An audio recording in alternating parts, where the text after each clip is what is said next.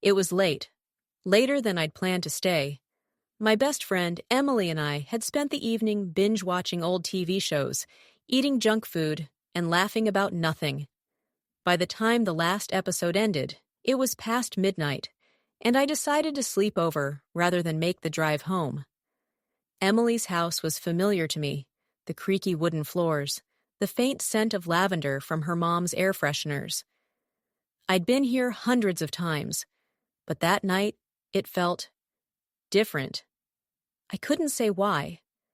I woke up thirsty, the kind of dry-mouthed thirst that makes it impossible to go back to sleep. Careful not to wake her, I slipped out of the guest room and padded toward the kitchen. Halfway down the hallway, I heard voices. I froze. Emily and her younger sister, Claire, were in the living room. I couldn't see them from where I stood, but their voices were low, urgent.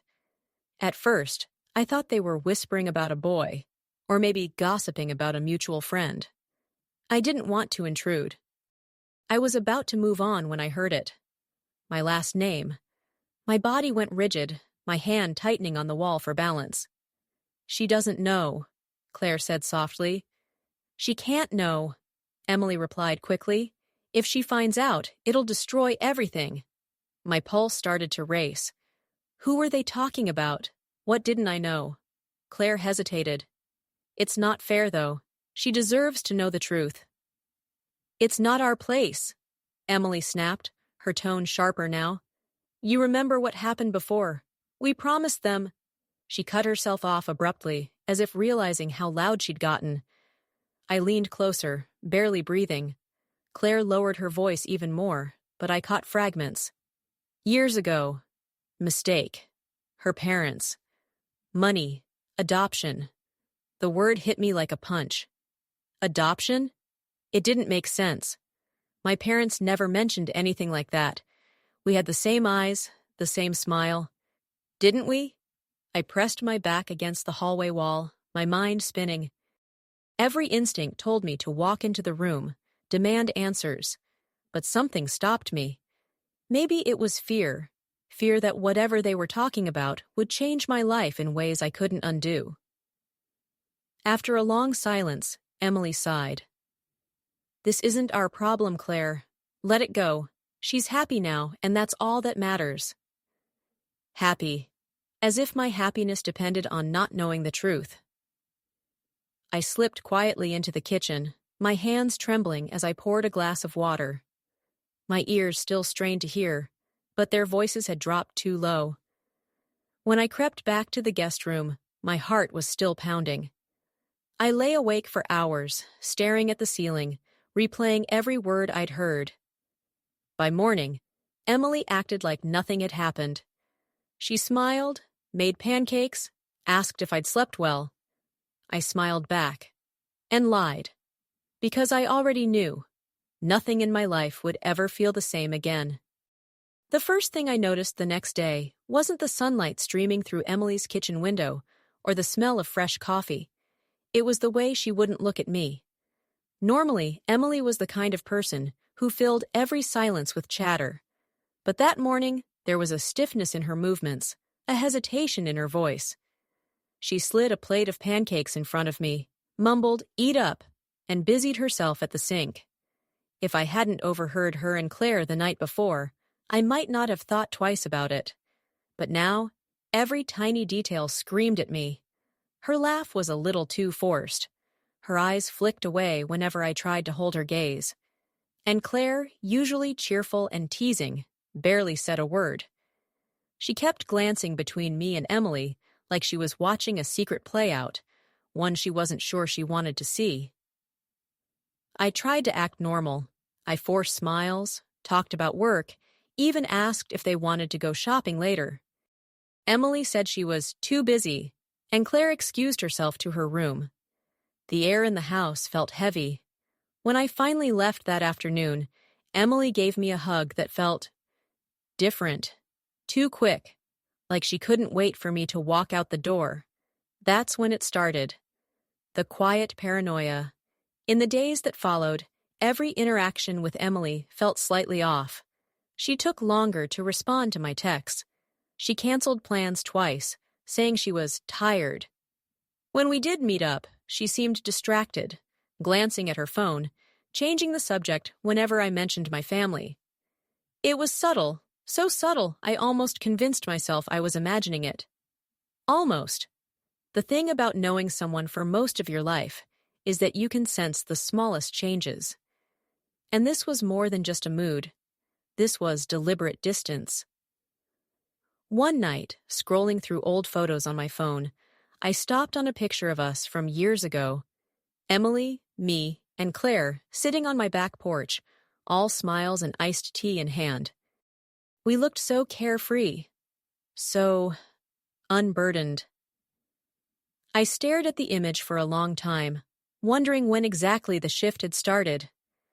My mind kept going back to that word, adoption. The more I thought about it, the more cracks appeared in my past. Like how my baby photos were almost all from after I'd started walking, no newborn pictures. How my birth story was always vague, with my parents brushing off questions with, "Oh, it was a long time ago, not much to tell."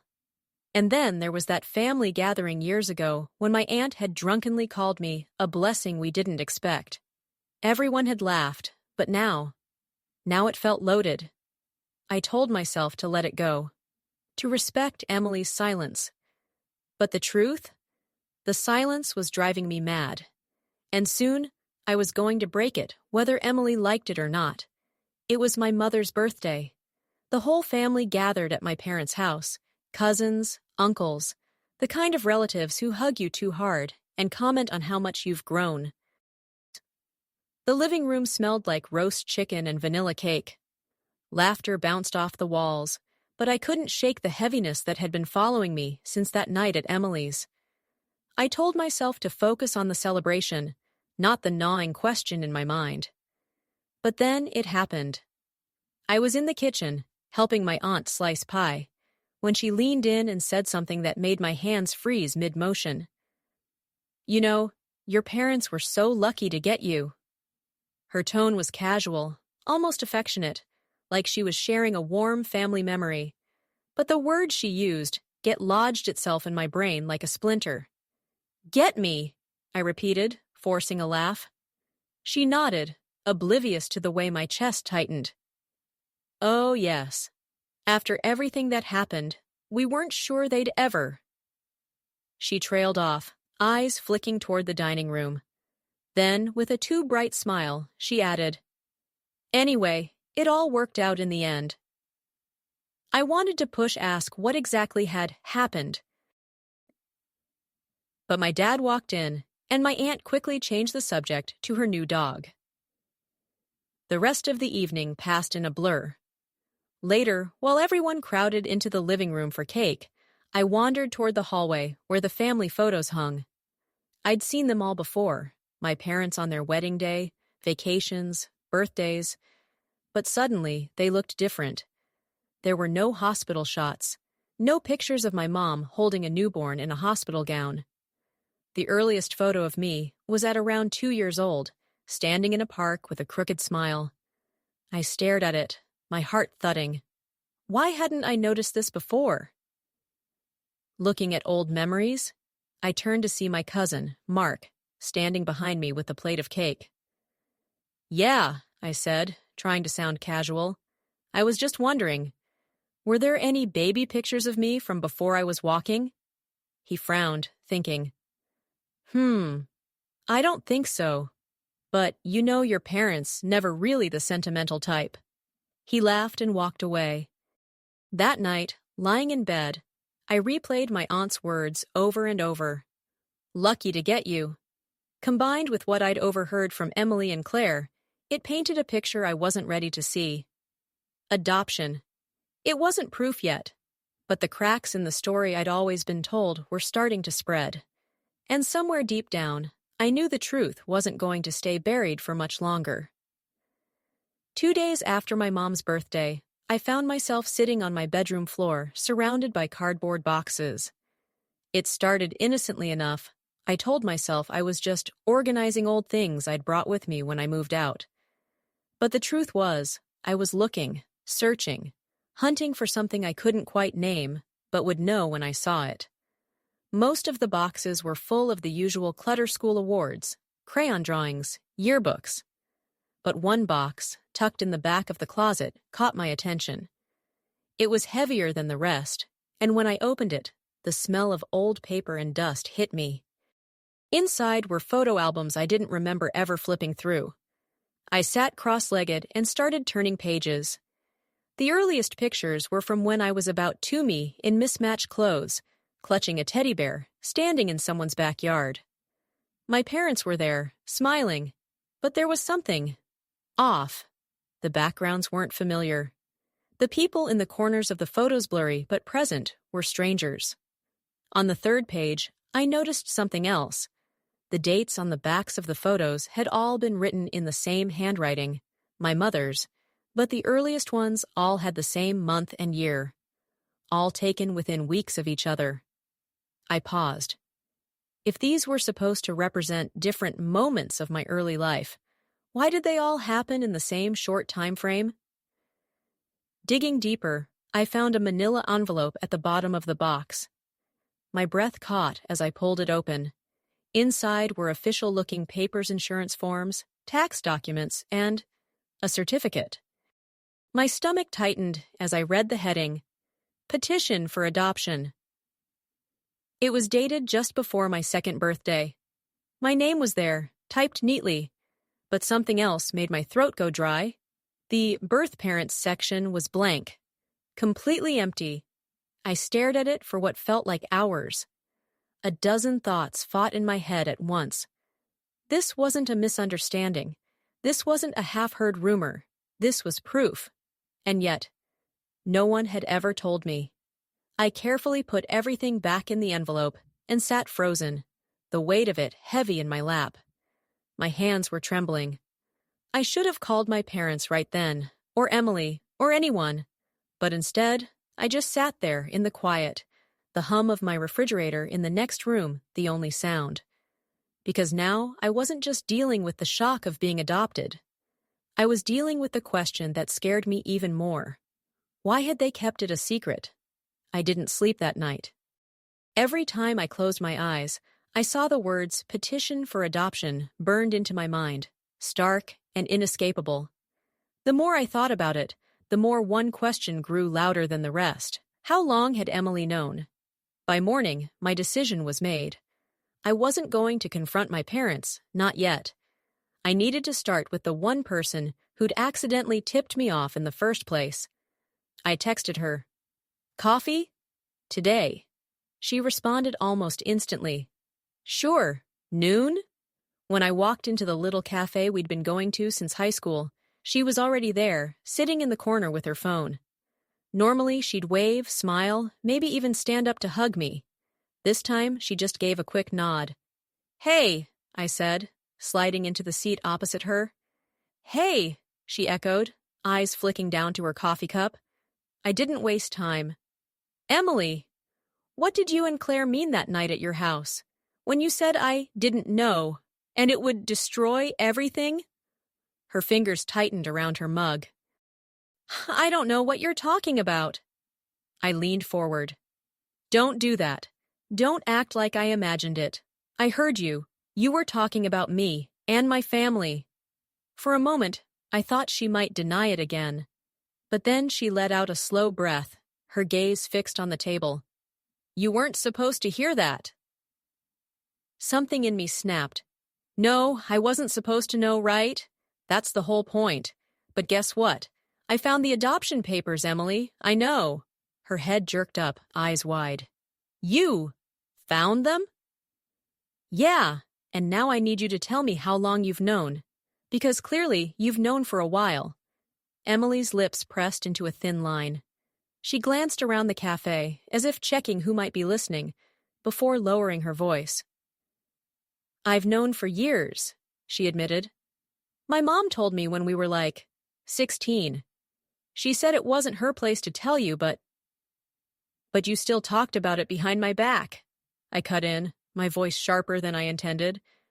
"You still let me go my whole life thinking my family was exactly what it seemed, while you and Claire whispered about the truth like it was some scandal to gossip over. Her eyes softened. It wasn't like that. I just didn't want to hurt you. The words stung. You think this hurts less? Finding out by accident? From everyone except the people I should have heard it from first? She flinched. I'm sorry. I sat back, the bitterness rising in my throat. Yeah, me too. We finished our coffee in silence. When we left, we didn't hug. And as I watched her walk away, it hit me. This wasn't just about my family anymore. I'd lost something else too. My best friend. For 2 days, I avoided calling my parents. I told myself I needed more time to think, to decide how to ask the questions burning holes in my mind. But the truth was simpler. I was scared. Scared of the answers. By the 3rd day, the silence was unbearable. I called my mom. Hi, sweetheart, she said, her voice warm and familiar, the way it had always been. For a moment, I almost let the conversation drift into safe territory work updates, weather, the usual small talk. But the adoption papers were still on my desk, the manila envelope half open like it was daring me to ignore it. Mom, I said, my voice tighter than I meant. Can I come by? There's something I found, something I need to ask you about. There was a pause. Just a second too long. Of course. Come for dinner? When I got there, she was in the kitchen, chopping vegetables like nothing was wrong. The smell of garlic and onions filled the air, comforting and suffocating all at once. We sat at the table, plates untouched. I found some old papers, I began, from when I was little. Her knife stopped mid-slice. What kind of papers? I met her eyes. Adoption papers. Her face went pale. She put the knife down slowly, almost mechanically, and sank into the chair across from me. You weren't supposed to find those, she said quietly. That's not an answer, I replied, my voice shaking. Why didn't you tell me? Her hands trembled slightly. We wanted to, many times, but every time we tried, something in us froze. You were happy. We didn't want to break that. I swallowed hard. Who are my birth parents? She looked down at her lap. I don't know. I stared at her, disbelieving. What do you mean you don't know? We weren't told, she said, her voice almost a whisper. It was unusual. You were brought to us through a private arrangement. No agencies, no official foster care, just someone we trusted. The room felt smaller. Who? Her eyes flicked to mine, then away. Your father's friend. He said he was helping someone who couldn't keep a child. That's all we knew. That's all we were told. It felt like the air had been punched out of me. A friend? No names, no details, no records beyond the adoption itself. Why keep it a secret? I asked, my voice breaking. She reached across the table, her hand covering mine. Because he asked us to, and because we didn't want you looking for them. The weight of her words settled over me like a lead blanket. We didn't want you looking for them, which meant one thing. Whoever they were, my parents didn't want me to find them. And now, I had to know why. That night, I couldn't stop replaying my mom's words. A friend of your father's. He asked us not to tell you. We didn't want you looking for them. I realized something unsettling. I didn't even know if I'd ever heard my dad mention this friend before. In fact, the more I thought about it, the more it felt like he was a ghost. The next morning, I decided to dig. I started with the obvious. Old family photo albums, the ones I'd already flipped through, but now examined with a sharper eye. I searched for unfamiliar faces, someone who didn't quite fit in, but there were no candidates. No mysterious man at birthday parties, no one hovering at the edge of group shots. It was like this friend had never existed. So I called Emily not because I'd forgiven her, but because she had the kind of memory that stored every scrap of gossip from our childhood. Do you remember? I asked. Anyone who used to come around a lot when we were little? A friend of my dad's? There was a pause, then. Actually, yeah, there was this guy. Tall, kind of wiry, always wore a leather jacket even in summer. I remember because my mom didn't like him. She said he gave her a bad feeling. My pulse quickened. Do you remember his name? No, but I think it started with an R. Maybe Robert or Ray? I don't know.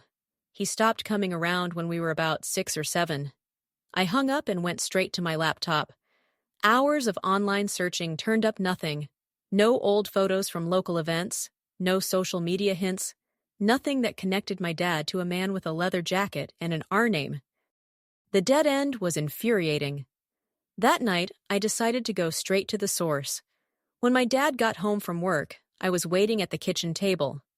"Dad," I began, "who's the friend Mom was talking about? The one who brought me to you?" His expression changed instantly, just for a flicker of a second, but I caught it. Something between recognition and fear.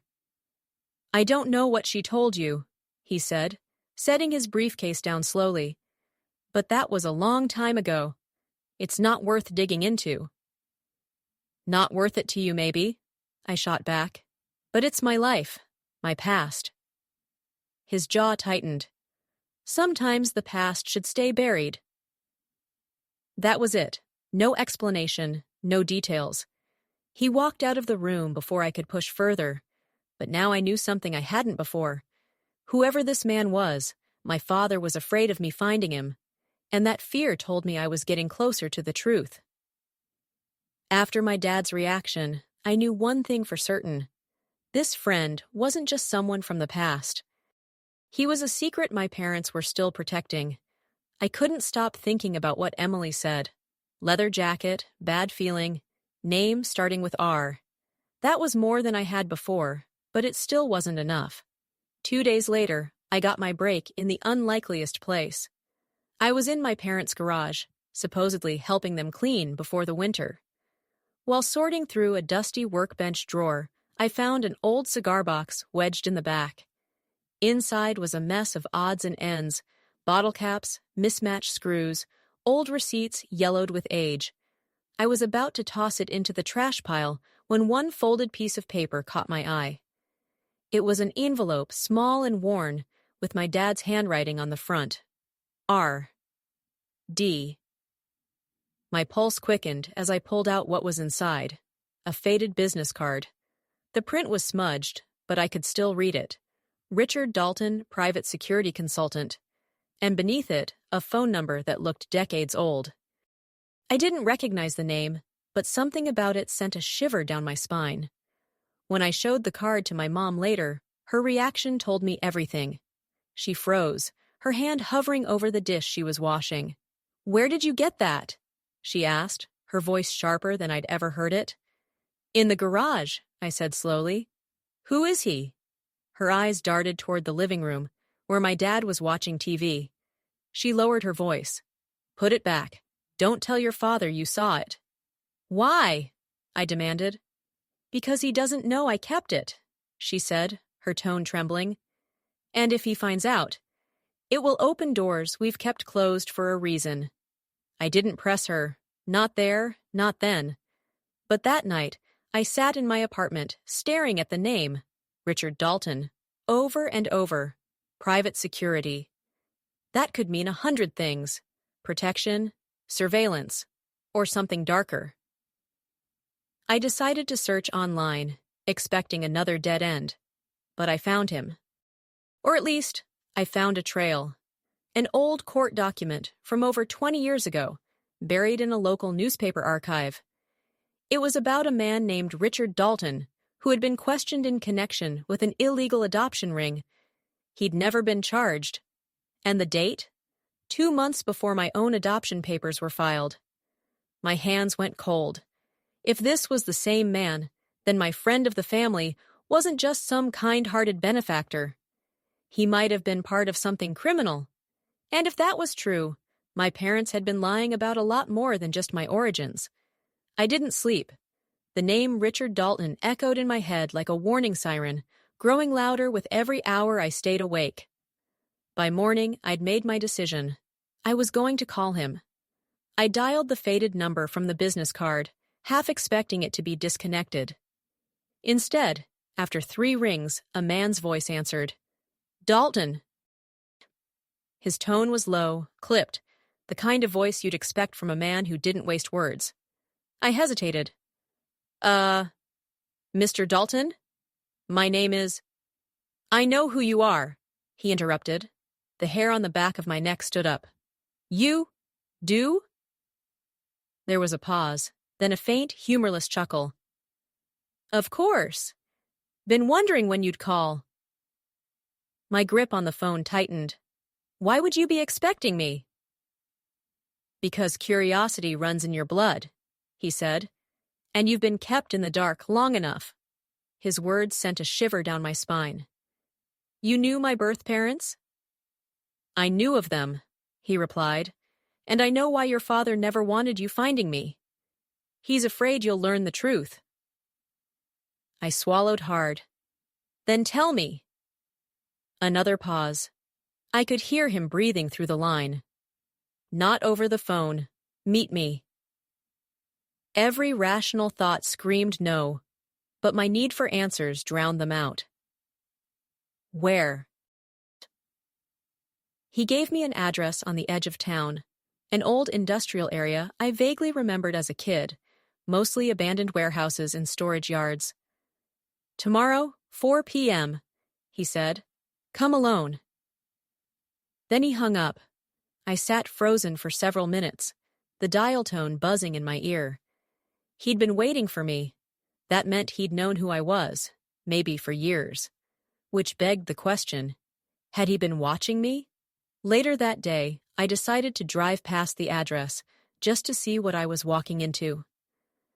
The building was a crumbling brick warehouse, the windows covered with rusted metal grates. A single security camera hung over the door, its lens aimed directly at the street. As I slowed my car to take a better look, I felt that unmistakable prickling sensation, the one that tells you you're being watched. I glanced at the warehouse. The camera above the door had shifted. It was following my car. I didn't stay. I drove straight home, heart pounding, my hands trembling against the wheel. That night, my phone buzzed. A text from an unknown number. Don't be early, don't be late, and don't tell your father. I didn't need to ask who it was from. Richard Dalton wasn't just expecting me tomorrow. He was controlling the terms. I arrived at the warehouse just before 4 p.m., my stomach twisting with equal parts dread and anticipation.